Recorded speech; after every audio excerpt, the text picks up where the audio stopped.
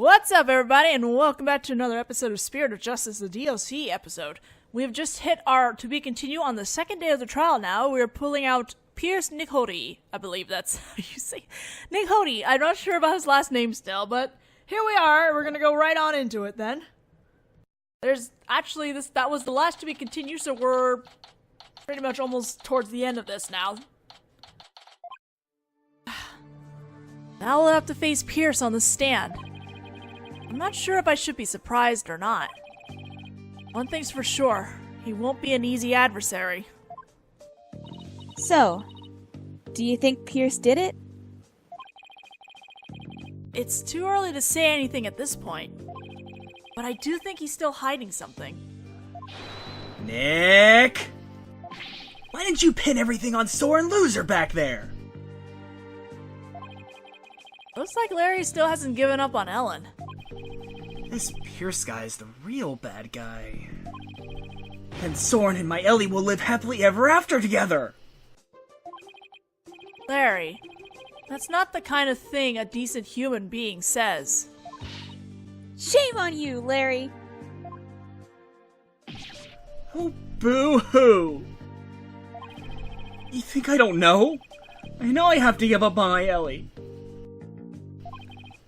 But Nick, promise me you'll make her happy.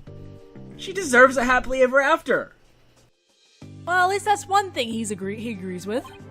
I'm sure Soren will make her happy once all this is said and done. The trial is about to resume, Mr. Wright. Alright, you ready, Maya? Yep. Let's go.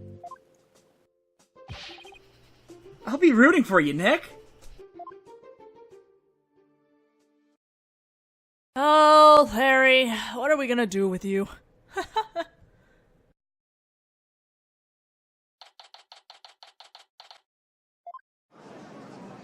Rubble. This court is now back in session. Witness, please take the stand. Oh. Well, he's very simple. What a straightforward, bottom half of his outfit. Please state your name and occupation. My name is Pierce Nichody. I am the Sprocket family butler. Let's get straight to the point, Mr. Nichody.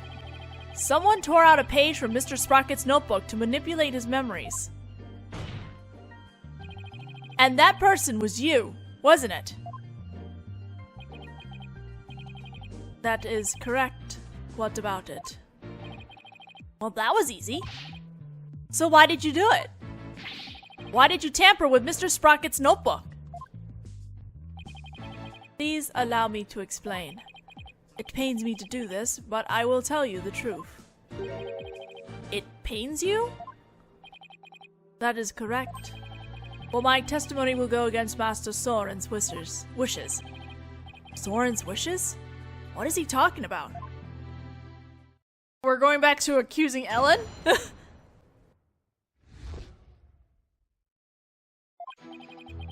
I rushed to the Vista deck, but the crime had already been committed.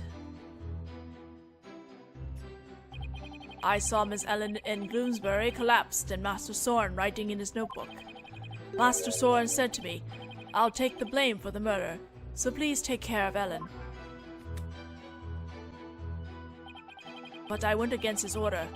I tore the page out of his notebook and hid the body.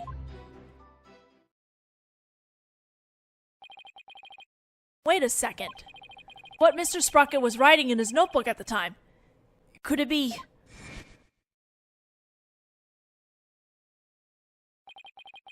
It was meant to be a confession, an admission he killed Bloomsbury himself.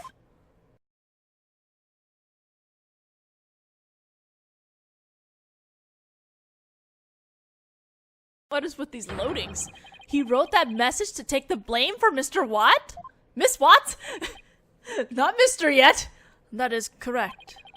Master Soren did hit Bloomsbury with the timekeeper to save Miss Ellen.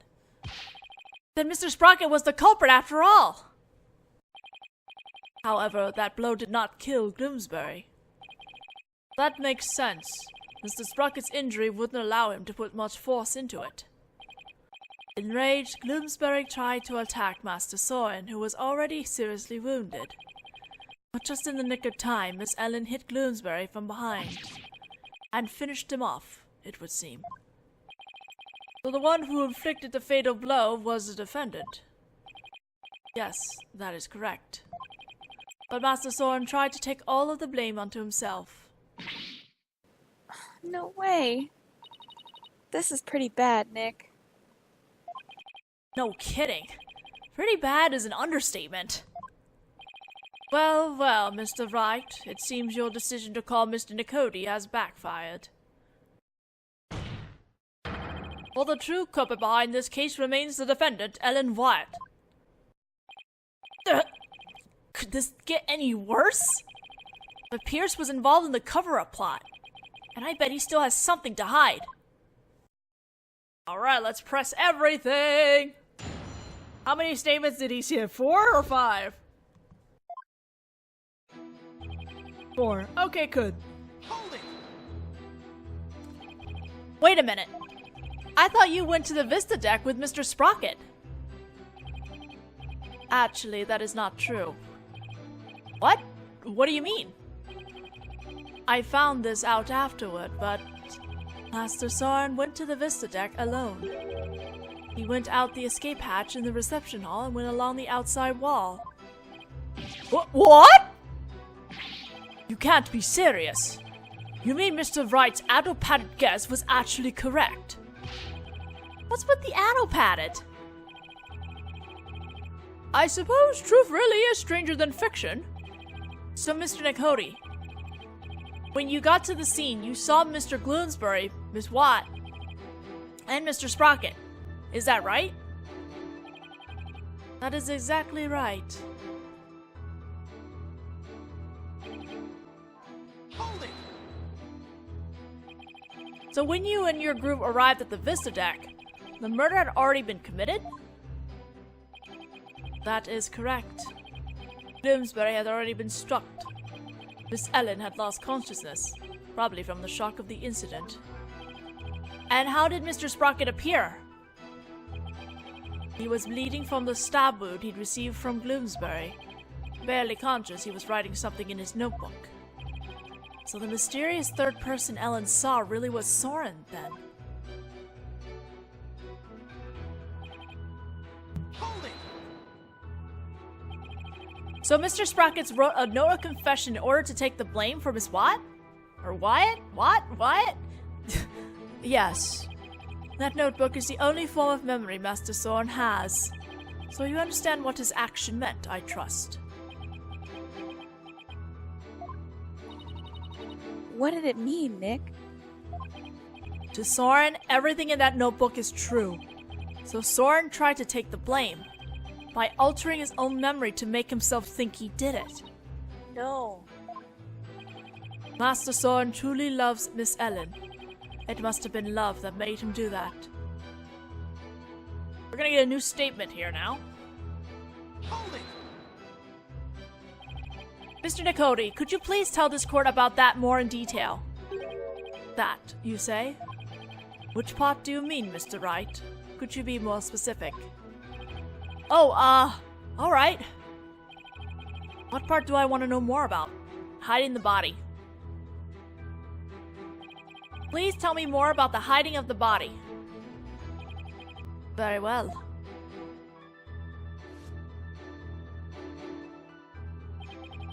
After saying he would take the blame, Master Soren passed out. That's when I hit the body. I quickly took the lift down to the hold, where I hid Gloomsbury's still warm body in the spare peggable lantern. So it was you who hid the body, not the defendant?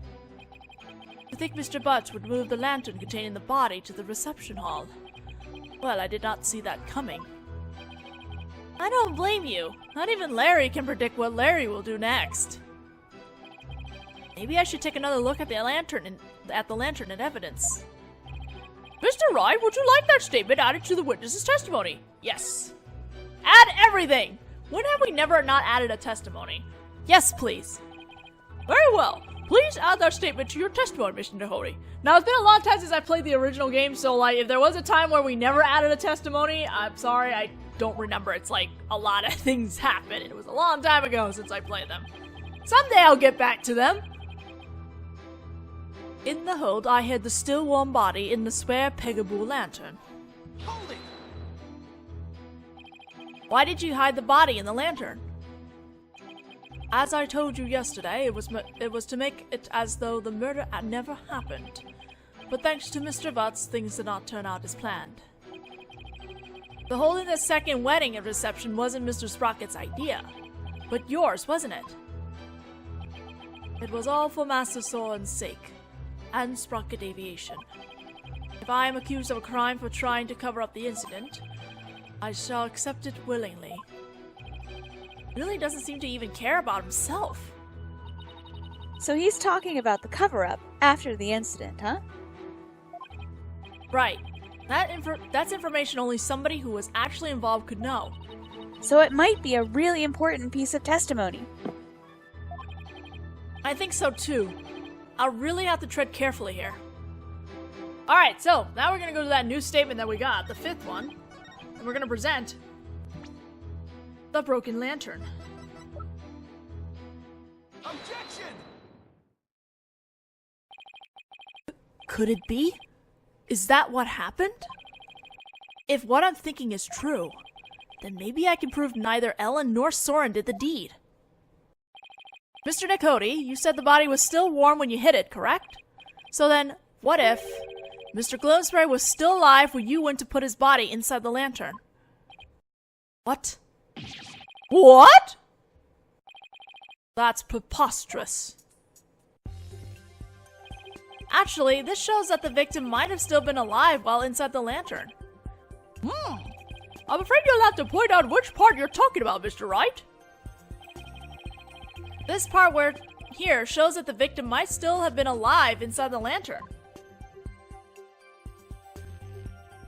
Take that! As you can see, the back end of the lantern is a door, and there's blood here on the wheel handle. Objection! That bloodstain must have gotten there when the witness put the body inside the lantern. It in no way shows that the victim drew his last breath while he was within the lantern. I disagree, Mr. Edgeworth, for you see, in putting this lantern back together, the police inadvertently placed the inside handle on the outside, and vice versa. In other words, the wheel handles got swapped. Oh my! So they got swapped? That's what I just said. Yes, they got swapped. What? But that's ridiculous. I mean, we just look at another Peekaboo, whatever thingy. Not at all, if you compare the other male Peekaboo lantern in the reception hall.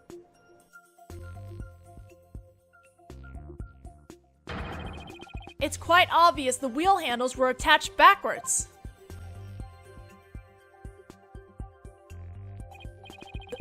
The detective in charge of the restoration will see me in my office later.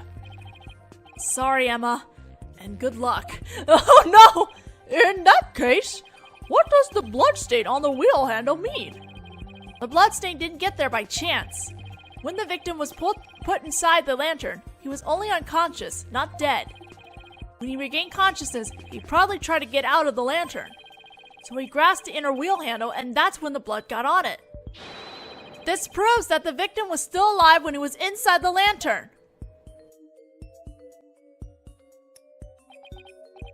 At the time, I was completely convinced Gloomsbury was dead.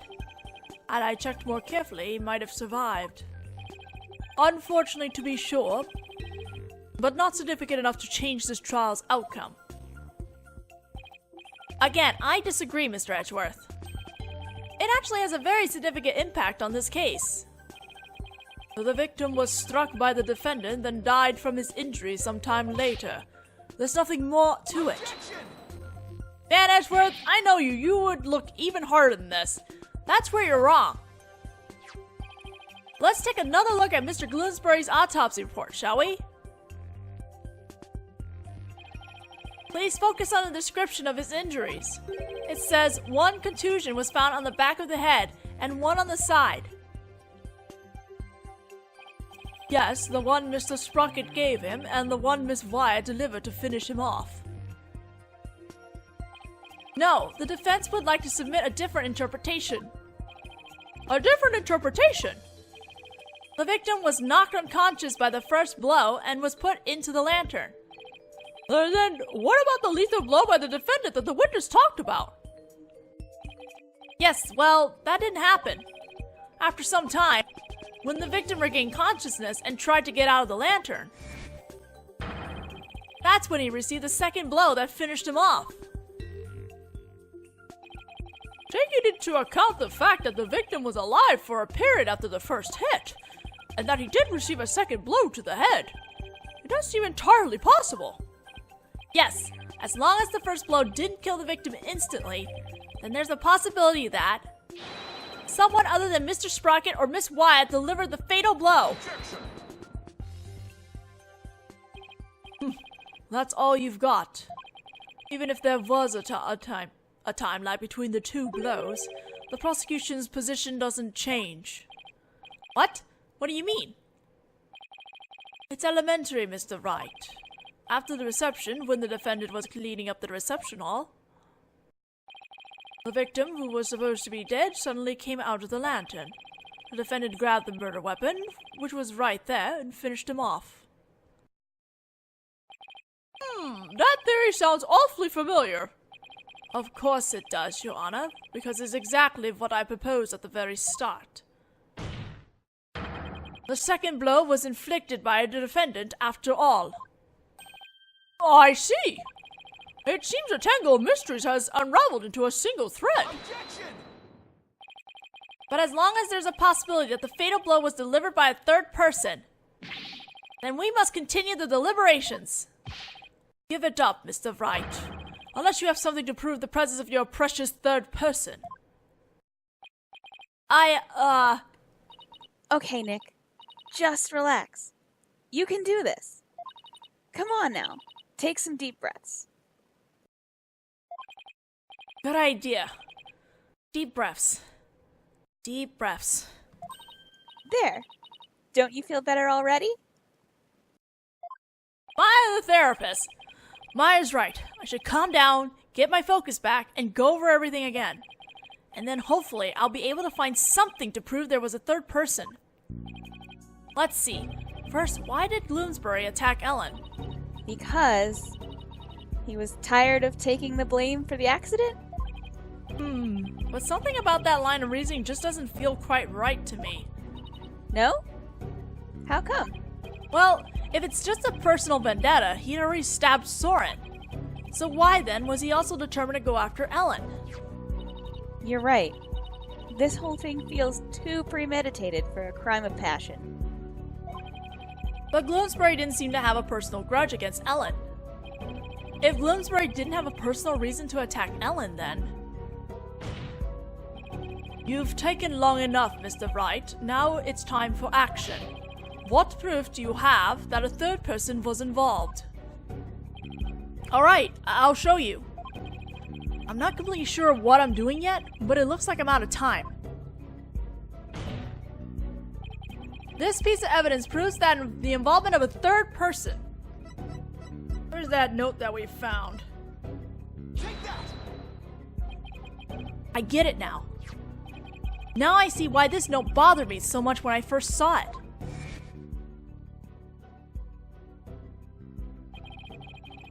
It looks like a note outlining the murder plot. That note was apparently written by the victim. But why would he feel the need to write instructions to himself like this?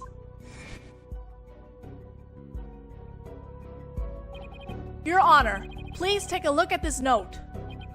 This is the victim's murder plan, right? It's definitely a murder plan, but what if Mr. Bloomsbury didn't write this note himself? What?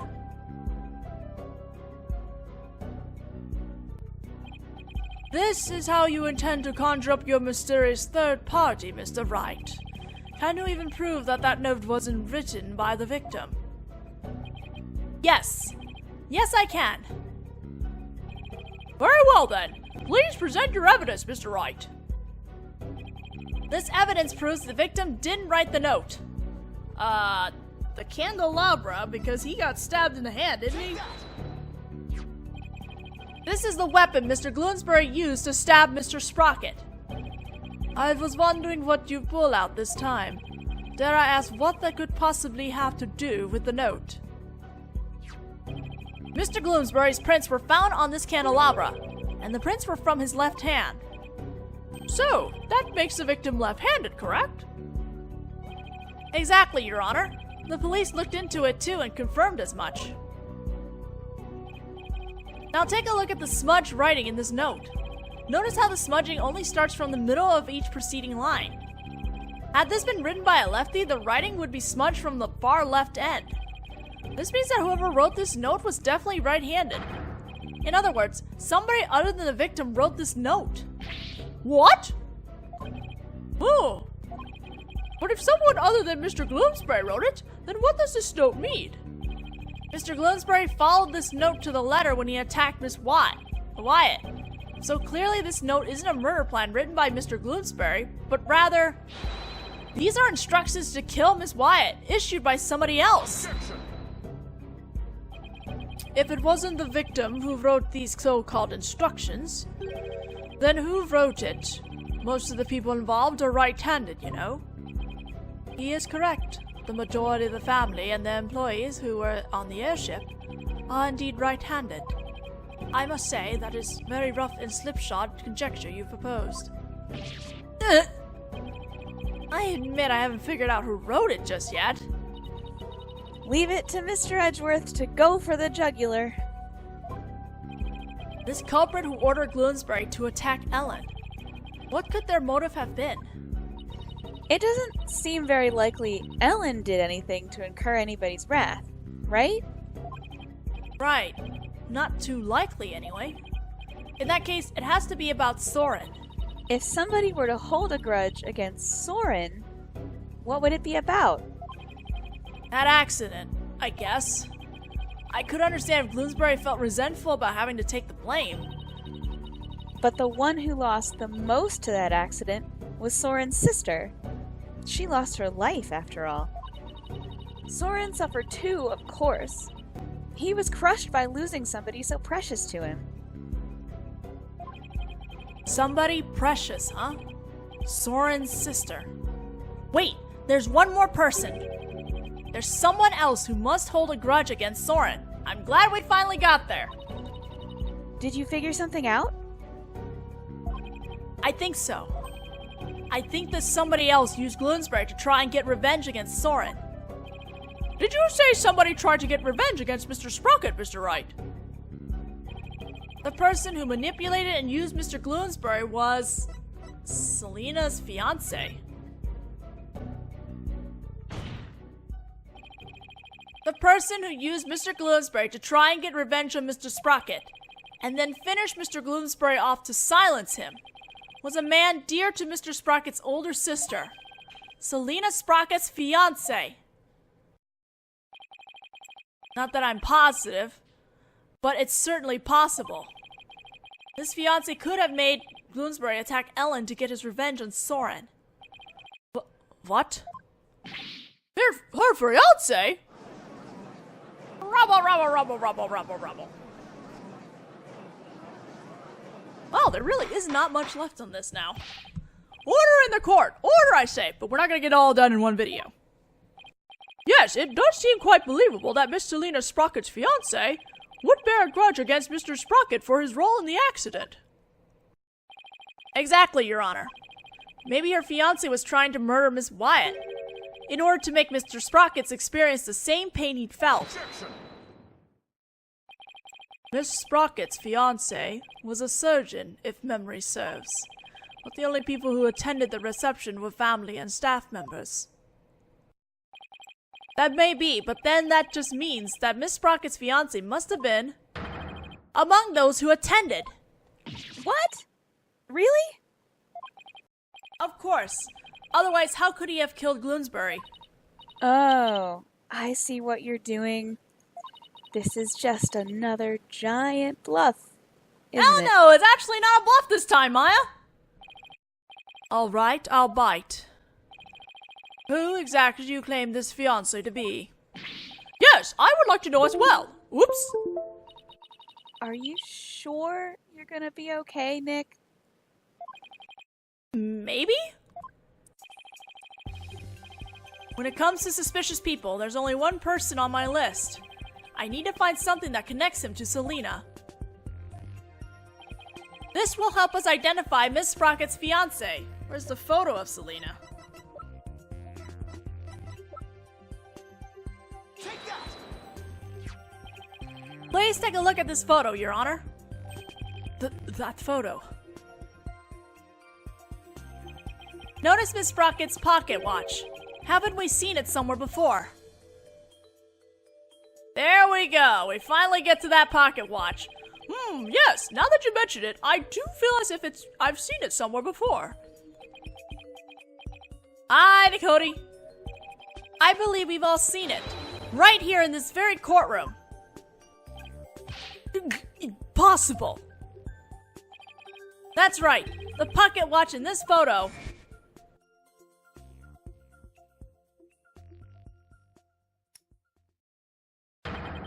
It's the same pocket watch Mr. Nicody has on him right now.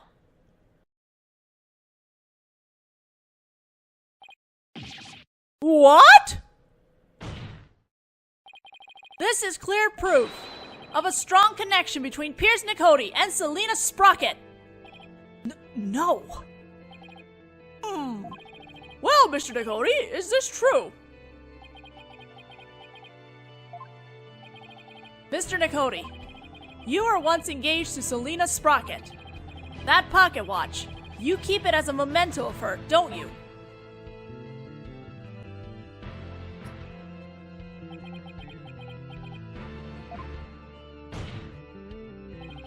Mr. Nicody, you plan to rob Mr. Sprocket of his loved one to make him feel the same pain as you. Isn't that right? But Mr. Sprocket managed to fight back and knock Mr. Gloomsbury unconscious. You thought Mr. Gloomsbury was dead and hid his body in the lantern. But then you noticed Mr. Gloomsbury regain consciousness. And so you finished him off to prevent your plan from being exposed. This is the defense's take on what really happened in this murder case. Mr. Wright, does this mean you wish to officially accuse this witness of the murder of Dumas Gloomsbury? Does the defense accuse Mr. Nicody of the murder? Oh yeah! No turning back. The defense indicts Pierce Nicody on the charge of murdering Dumas Gloomsbury. Oh my! Mr. Nicody, would you care to respond? Man, this lawyer just yaps on and on and on. As you guessed, this watch is a memento of Selena. It stopped working at the time of the accident, though. Then, you really are.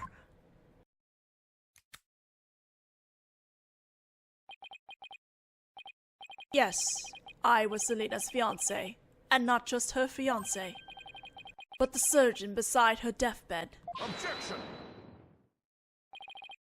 Mr. Nicody, why didn't you tell me any of this before? Shut it, you useless prosecutor. I thought you could be of use, but apparently this case was too much for you. What did you say? If your office hadn't stuck its nose all up in this, I would have swept it under the rug. Not only did you interfere with the case, but you even let me fall under suspicion. That's because you kept trying to cover things up on the sly. Ugh. I mean, he's right, but covering things up wasn't your only involvement. The only person who had a motive to use the victim to try and kill Miss Wyatt was you.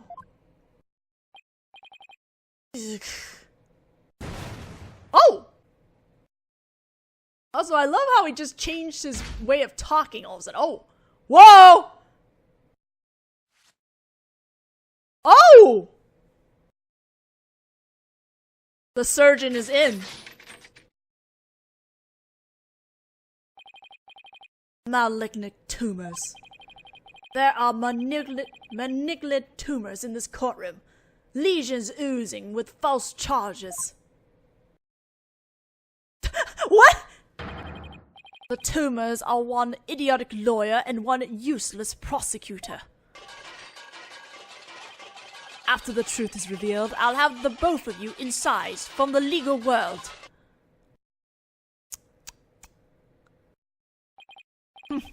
I'd like to see you try. With the power of the Sprocket family, it'd be a cinch. What the?